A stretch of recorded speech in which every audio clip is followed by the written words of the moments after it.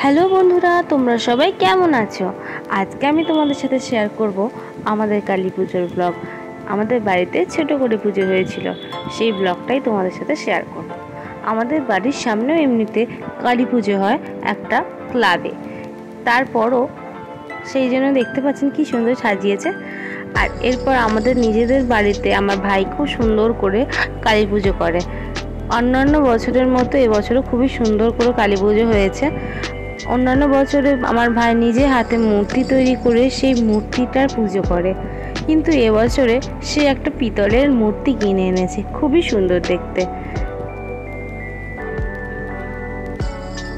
এইখানে প্রসাদ ফুল সে সব গুছিয়ে রেখে দিচ্ছে, আর এগুলো সে নিজে হাতেই পুজো করবে।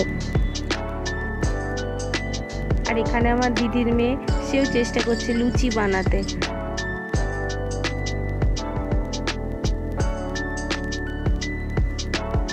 আমার ভাই খুব সুন্দর করে মন্ত্র উচ্চারণ করে পুজো করে, আর এটা ও প্রতি বছরই করে। আগে খেলার ছলে ও পুজো করতো, কিন্তু আস্তে আস্তে ও যতদিন বড় হলো ততদিনে ও খুব সুন্দর করে সে পুজোটা কন্টিনিউ করতে শুরু করলো। আর এটাই দেখতে পাচ্ছেন ও কতটা নিষ্ঠা ভরে পুজো করছে।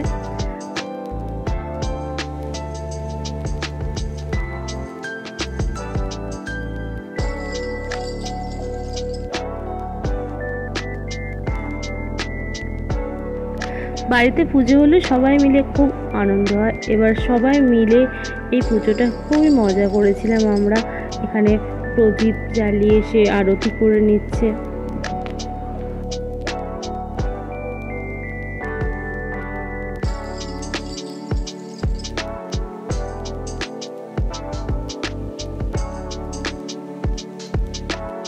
বাড়িতে ছোট বাচ্চারা থাকলে আরও মজা লাগে, সব কিছুতে তারা অনেক বেশি মজা করে। এই যে আসর ঘন্টা বাজানো, এইসব জিনিসগুলো তারা খুব মজা পায় আর খুবই আনন্দ লাগে। পঞ্চপ্রদীপ ফুল দিয়ে আরতি করে নিচ্ছে। এখানে দুর্গা পুজো হওয়ার পর আমাদের বাড়িতে লক্ষ্মী পুজো হয়েছিল, আর তারপর কালী পুজো। প্রত্যেক বছরই আমাদের বাড়িতে প্রত্যেকটা পুজো হয়, দুর্গা পুজো ছাড়া। কালী পুজো, সরস্বতী পুজো, লক্ষ্মী পুজো, জন্মাষ্টমী, সব রকম পুজোই আমাদের বাড়িতে প্রত্যেক বছর হয়। এরপরে আমার ভাই হোম যজ্ঞ করার জন্য সব কিছু ভালোভাবে সাজিয়ে নিচ্ছে।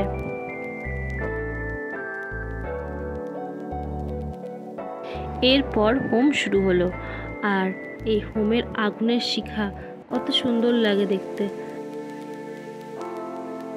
আর এখানে মায়ের মূর্তি, একটা পিতলের মূর্তি, আর একটা আমার ভাই কুড়িয়ে পেয়েছিল সেই পাথরের মূর্তিটা, আর একটা মা দক্ষিণাকালীর মূর্তি। তিনটে মায়ের মূর্তি এখানে। এবার হোমটা সম্পূর্ণ হলো। এরপর আমরা ভাই বোনরা সবাই মিলে বেরিয়েছিলাম ঠাকুর দেখতে। এটা আমাদের বাড়ির সামনের ঠাকুর।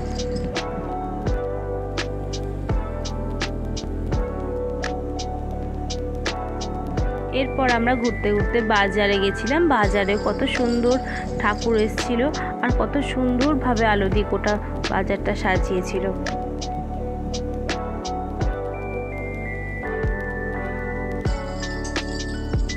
পুজোতে একা ঠাকুর দেখতে ভালো লাগে না, ভাই বোনের সাথে বেরিয়ে ঠাকুর দেখার মজাটাই আলাদা। এরপর আমরা অনেকগুলো ঠাকুর দেখেছিলাম। কিছু কিছু ঠাকুর দেখেছি কিন্তু ভিডিও নেওয়াও হয়নি, এরকমও হয়েছে।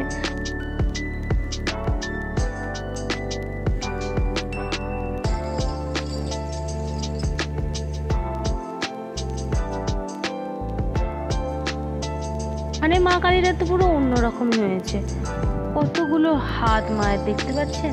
এটা একটা থিমের ঠাকুর হয়েছিল। এখানে অনেক সুন্দর প্রসাদ দিচ্ছিল সবাইকে, আর সেই প্রসাদটা অপূর্ব স্বাদ।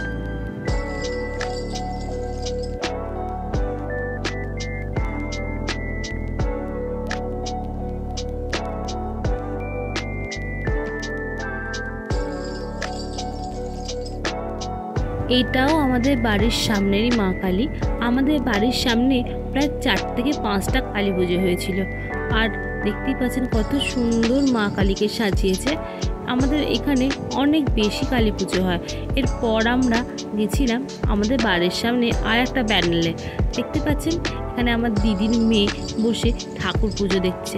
তার মনে খুবই ভক্তি ভগবানের প্রতি। আর এটা হলাম আমি। আমার কেমন লাগছে, আমার সাজটা কেমন হয়েছে অবশ্যই কমেন্ট করে জানাতে ভুলবেন না। এরপরে গেছিলাম আমার বাপির সব থেকে প্রিয় জায়গা, আমাদের বাজারের মা কালীর কাছে। এটা প্রতিষ্ঠা করা মা কালী।